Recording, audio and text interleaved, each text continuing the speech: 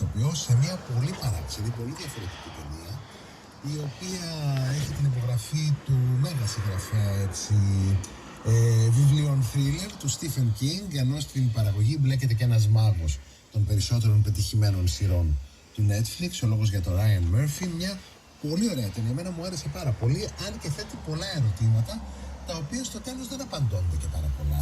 Δεν κάνω spoiler δηλαδή, απλά σας λέω μην κάνετε πολύ όρεξη ότι θα απαντηθούν όλα στο τέλος. Στο τέλος αφήνει απλά πολλά υπονοούμενα, αλλά δεν τραβάς κανένα ζώο. Όλα τα ερωτήματα μια ταινία που δεν έχει στην τελική 1 ώρα και 40 λεπτά. Εδώ εμείς οι παλαιότεροι έχουμε ζήσει το δράμα να έχουμε παρακολουθήσει 6 κύκλους Lost.